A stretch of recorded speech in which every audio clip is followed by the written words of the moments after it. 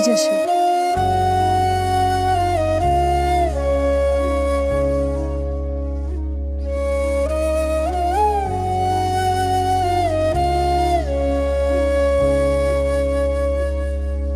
घर, खुद का घर। खुद का घर होना ये आज भी हज़ारों लाखों लोगों का सपना है।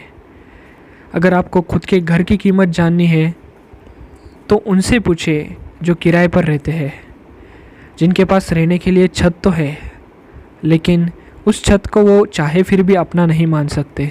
कुछ इसी सब्जेक्ट पर बेस्ड थई जाशे ये गुजराती फिल्म है जिसे मैं आज रिव्यू करने वाला हूँ। Written and directed by Nirav Barot, starring Malhar Thakkar as Pranav Joshi, Manoj Joshi as Chandrakant Bhai Joshi and Kumkum Das as Saroj Joshi. Pranav Joshi जो हमारे प्रोटैगनिस्ट यानी कि लीड रोल है, वो अपने परिवार के साथ जेतपुर में रहते हैं। बचपन से ही प्रणव की ये इच्छा होती है कि वो अहमदाबाद जाए, जिस वजह से स्कूल कंप्लीट होने के बाद वो कॉलेज के लिए अहमदाबाद चला जाता है। वहाँ अहमदाबाद में कॉलेज से एजुकेशन कंप्लीट करने के बाद अहमदाबाद बेस्ड एक कंपनी में ही वो as a project designer join होता है। प्रणव जोशी जी के पिताजी चंद्रकांत भाई जोशी की जेतपुर में साड़ियाँ मैन्युफैक्चरिंग करने की फैक्ट्री होती है। अपनी फैक्ट्री को चलाने के लिए और आगे बढ़ाने के लिए चंद्रकांत भाई जोशी को बैंक से एक बड़ा लोन उठाना पड़ता है, जिसको आगे जाके वो भुगतान नहीं कर पाते हैं, जिस वजह से बैंक को उनकी फैक्ट्री और उनका घर जमा कर लेना पड़ता है।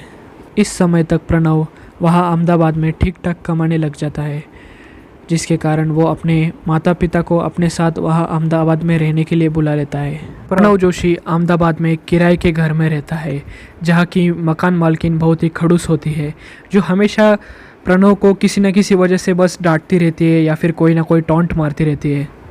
प्रणव अहमदाबाद में अपना खुद का एक घर लेना चाहता है और उसकी माँ यानी कि सरोज जोशी जी, वो भी बस यही चाहती है कि उनके पास एक मकान हो जिसे वह अपना खुद का अपना घर बोल सके। एक दिन मकान मालकिन साबुन जैसे छोटे से विषय पर प्रणव की माँ से लड़ने लगती है और इस बेसमबाजी में मकान मालकिन प्रणव और उसके परिवार को कह देती है कि अगर इतना ही है तो खुद का घर लेके दिखाओ ना, खुद का घर लो ना, वहाँ जाके करो ना जो करना है। तो इसी बेसमबाजी में प्रणव जोश में आकर मकान मालकिन से कह देता है कि मैं 2 महीने में अपना खुद का घर लेकर जाऊँगा और अगर नहीं लिया तो बिना सामान लिए उल्टे पैर यहाँ से निकल जाऊँगा। अब जोश में प्रणव मकान मालकिन को ये चैलेंज तो दे देता है, लेकिन उसे ये बात बहुत अच्छी तरीके से पता है कि अहमदाबाद जैसे शहर में जहाँ रियल इस्टेट इतना महंगा है, वहाँ खुद का घर लेना कोई आसान बात नहीं है। अब इस चैलेंज को पूरा करने के लिए प्रणव पूरे अहमदाबाद में अपने बजट के अनुसार घर देखने लग जाता है।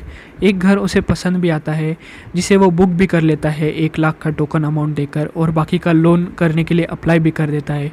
लेकिन जिस पार्टी से वो ये डील करने वाला होता है, उनकी डील उनके सामने वाले पार्टी से कैंसिल हो जाती है, जिस वजह से वो प्रणव से ये डील कैंसिल कर लेते हैं।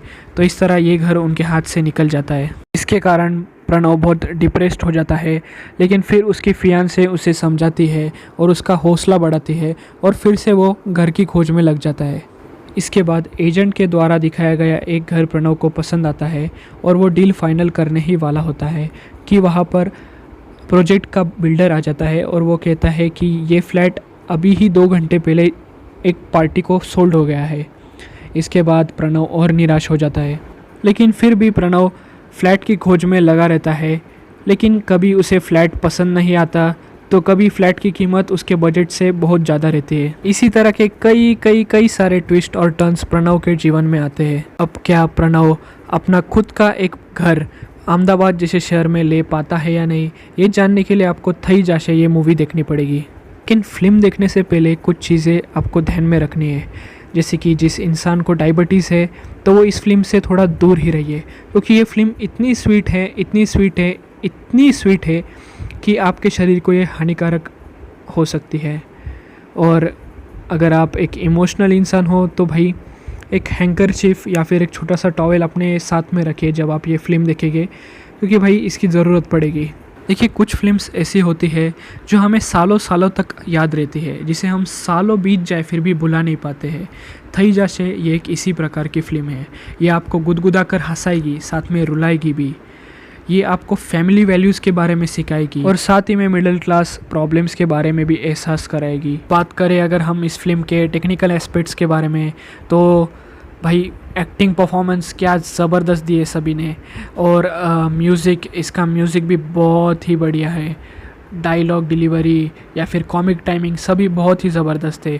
और मैं इस पे गूगल पे सर्च कर रहा था, तब मुझे पता लगा कि इसका बजट बस 2 करोड़ 25 लाख है।